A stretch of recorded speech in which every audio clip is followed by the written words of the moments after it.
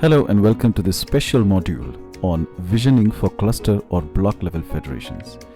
Generally, these trainings are done live by the national resource persons with the community leaders. But this current module, which is also named as the I Can Do series, will help you do these modules by yourself with the community leaders, and that's why the name I Can Do. This module has been designed by two national resource persons who have been associated with the Nagaland State Rural Livelihoods Mission for the last 4 to 5 years. One of them is Mr. Girish Pradhan and the other is yours truly, Shivaji. As all of you know, the visioning that we do with our cluster level federations is a three-phased program leading on to the planning process. So there is a visioning 1 exercise followed by an interface. Then there is the second visioning exercise followed by a second interface, and then the final visioning exercise. For convenience sake, we will call them V1, V2 and V3. This current module is a video module wherein we will share instructions, guidelines and tips for you to conduct these visioning exercises easily. For your ease, we've also divided each of these visioning into multiple videos so that you can see, refer and then prepare yourselves accordingly. So let's begin with the Visioning 1 or V1. V1 or Visioning 1 is generally a TOT event or a training of trainers event wherein we invite all the leaders or representatives of the VLO to the cluster level federation for a 3-day meeting. In places where there are no existing CLFs in the area, we ask the VLOs to identify some representatives, 2 from each VLO, who can learn something new and then can help the VLOs understand the same. V1 is conducted with these representatives to help them understand the process of village level visioning, and once they have learnt it and practiced it, they can then during the interface go on and do a 1-day visioning exercise in their respective VLOs. Facilitators, please remember that in V1 that you are going to facilitate is a 3-day affair, whereas the representatives, when they go back and do the village level visioning, that is only a 1-day exercise.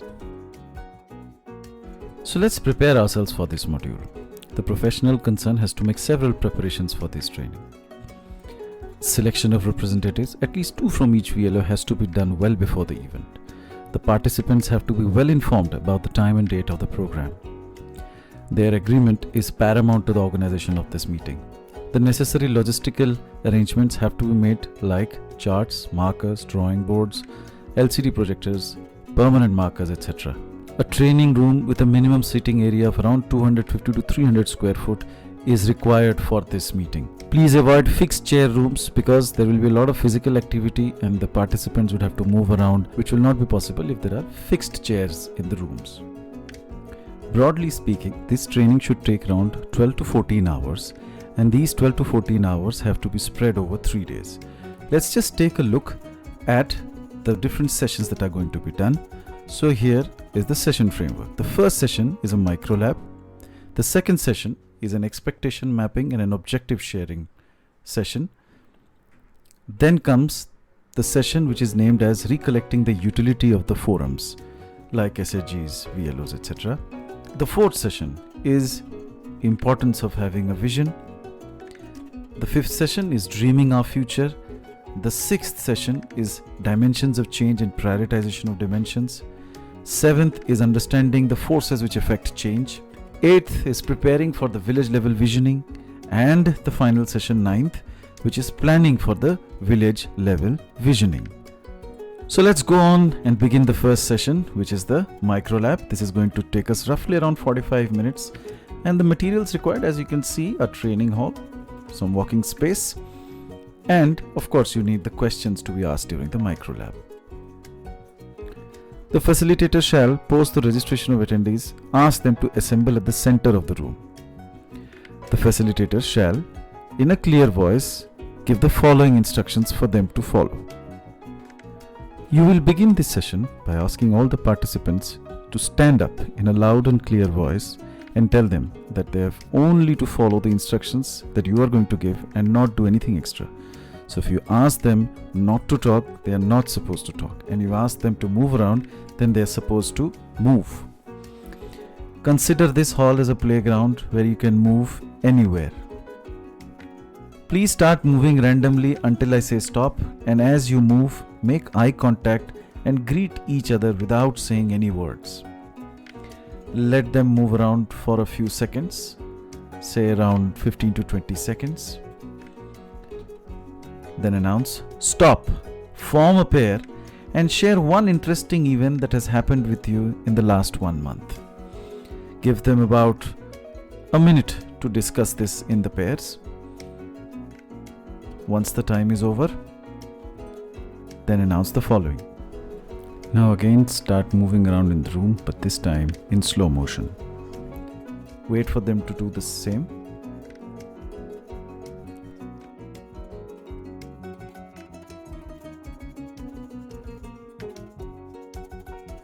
Stop, form a new pair, and in this pair, share any new skill that you have learned in any previous training and how do you feel about it. Give them about 2 minutes to share their thoughts on this and then go on to the next announcement. This time, start moving around in the room but silently. Stop. Form a new group of 3 participants, and in this group, share what do you think that is the best way to come out of poverty. Give these newly formed groups about 3 minutes to discuss and share their thoughts, and once those 3 minutes are over, go on to the next instruction. Now start moving again. Stop. Form a new group of 3 people and try and form these groups with people whom you know the least, and share one experience in the last 1 year where you have made someone else's life better. Now give these new groups another 3 minutes to sit and discuss and share their thoughts and feelings, and once the 3 minutes are over, give them the next instructions. Now start moving around the room randomly. Let them move around for about 15-20 seconds. Then announce stop, form a new group of 3 and share 2 of your personal qualities which you think make you the most suited for working with poor people in villages. Give them about 3 minutes to sit and discuss their point of views and then give the next round of instructions. Now form a large single circle. Share the quality that you thought about yourself in the large group. Once a participant is shared, it is expected that other participants would appreciate by patting the back of that person. Once most of the participants have shared those qualities, go on to the next round of instructions. Now remain in the circle. Share one dream that you have about your village that you hope to achieve in the near future. Wait for a significant number of participants to share their dreams. Once they have shared their dreams, give them this task. Now, in your places, please sit down, take a sheet of paper, think about the expectations that you want to be covered in this program. Once this is done, you can then share it to the larger group, and then after their sharing, the facilitator needs to find a place where these pieces of paper with the expectation written are pasted. This is pasted so that it is clearly visible for the participants and they can see whether their expectations have been met. There is also another need for this pasting of expectations. The facilitator can keep track whether the training that he or she has planned is going to address the expectations of the participant. The facilitator ideally should keep a note of the kind of expectations which have been shared by the participants, and also keep a note of those expectations which would not be met in this training, because this has to be communicated clearly during the next session. This brings us to the end of this session, and we now go on to the second session, which is a formal welcome and an objective sharing session. So this is session 2, welcome and objective sharing. This is going to take around 30 minutes. The materials required are whiteboard or an LCD projector where you can project your slides. And you also may need a marker if you just have a whiteboard with you. You can begin this session with the announcement. For this event, following are the objectives that we'll cover in the next 3 days. Show them the slide on objectives and help them understand what these objectives are. You can take a look at the objectives which have been written here. The first objective is to revisit the unity already achieved by the CLF. Building vision of CLF for the future. Third, understand the dimensions that need to be worked upon to achieve the vision. And fourth, preparing the village level visioning and understanding what kind of preparations are required for this village level visioning. And also, very importantly, address those objectives or those expectations which would not be covered in this training and tell them which training is going to cover those kind of objectives. It is quite normal that participants may come with very transactional aspects like we want to learn how to run an CLF. We want to understand how to maintain books of records of the CLF. So in both of these cases, please tell them that there are separate trainings to address these issues. As far as this training is concerned, we are only going to focus on the objectives which have been mentioned in the session. So let's go on to the next session. Now we go on to session 3. This session is called Remembering or Recollecting the Strength of Unity of the Forums that are already there in the villages. For example, the SHGs and the VLOs. This session is going to take about 45 minutes and the materials required are 2 different colored woolen balls. Now this number of woolen balls can differ. If it's a large group, then you can go for 4 subgroups and then you should have 4 different colored woolen balls. So this thing needs to be kept in mind. Let's go on to the session now. So this session begins with the following announcement. I will request all of you to divide yourselves into 2 groups. As I've already mentioned, the facilitator needs to understand this in the context of the training. If this is a large enough CLF where there are more than 20 VLOs, then it would be advisable if we form more than 2 groups, and therefore the woolen balls required would also be more. The next instruction that you're going to give is the following. Please recall the changes that have happened in your lives after becoming a part of the SHGs and then being mobilized into VLOs. Each group member will recall one such change and pick up a piece of the wool string and tie it on their fingers. Then they will throw the woolen ball to any other member that she wants to, and the new member who receives the woolen thread will then follow the same instructions. She would share one change that she has observed in her own life or in other people's lives after having joined an SHG or VLO, tie the thread around her finger and then pass it on to a third member. And the third member would also do the same thing, and this passing around and tying of the woolen ball would keep on going till everybody has shared at least one change that has come in either their lives or in the lives of their SHG members or villagers around them. As you can see, after the exercise, each group will have a network created by these woolen balls which might look like these networks which are being shown in the screen in front of you. All that needs to be done here is for the woman to take this net of woolen threads and paste it on a wall where it is visible for everybody. Next, the following announcements need to be made. Do you see this pattern? This pattern is basically a symbol of your unity and your collective experiences. Yes, like all of you shared the positive experiences which have been created by the VO, this web which we have formed can also be called the web of positivity. Whenever you feel low or less confident about your efforts, please remember this web and the kind of changes that you yourselves have brought into your lives by forming SHGs and VLOs in the first place. This network or this web is a symbol of your unity and your determination to be able to achieve everything that you desire despite all odds. This brings us to the 4th session of the day. This session is known as the importance of having a vision. You will require 90 minutes for doing this session with your participants, and the materials required are: you need to have the story material for the case study that you're going to narrate. You'll need to have some chart papers, markers, and of course whiteboard to put across many of your points. Basic materials required, not much of hassles here. So let's dive right in to this session. Remember, this is one of the pivotal sessions of the whole visioning exercise, because this is where participants will learn why is it important to have a vision in the first place.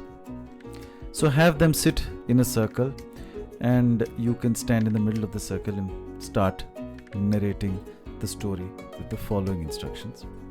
Tell them that it has been really fascinating to hear all the good work that you've done in your VLOs. Similarly, I had come across a story of a woman just like you, living in a village in your state itself. Would you want to hear her story? Wait for them to say yes, and then start the story. So the story goes something like this. There was a poor woman named Jenny in the same village which we've been talking about, who had a small family of 2 children, a 7-year-old daughter and a 3-year-old son. Their family's livelihood was based on the daily earnings. One day, her husband told that, "I think it's a better idea to go to Mumbai for better income opportunities, as the family requirements were increasing day by day." Jeannie was a little afraid and confused. However, they decided that her husband should indeed go to Mumbai and that Jenny would take care of her family. So her husband left. Jenny slowly acquainted herself after a few days of her husband's departure to Mumbai, and was gradually managing the family smoothly with the money being sent by her husband.